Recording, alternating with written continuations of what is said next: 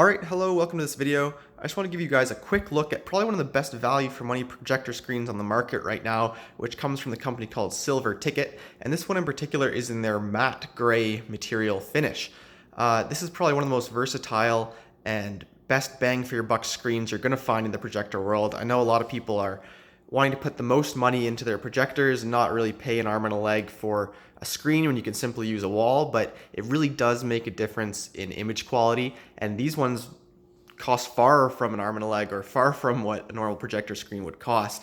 You can see actually in my setup here, it's a little non-conventional. It's not actually hanging on the wall, but it's wedged kind of like a piece of art or a big painting there, and it just sits on some foam pads up at the top. So to do this, you need actually a pretty rigid screen, and this one fits the bill for that. The other thing, like I mentioned, this is in the matte gray material, so it has some ambient light blocking properties.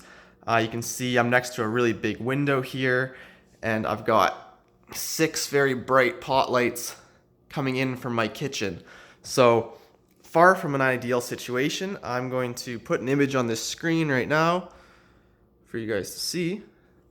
And you can see that even in this horrific conditions, their matte gray material is far better than a pure white, and actually allows you to have a pretty watchable image, especially for things like sports or soccer. It's more than watchable, and even regular TV or videos like this by Sam Colder, again, perfectly watchable, even in broad daylight, which is asking a lot.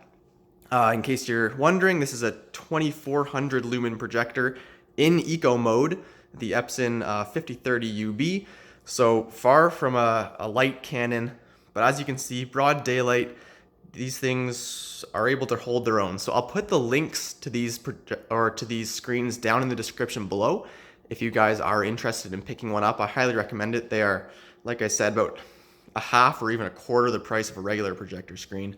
So definitely check these out, and I hope this video was useful for you guys. Thanks a lot.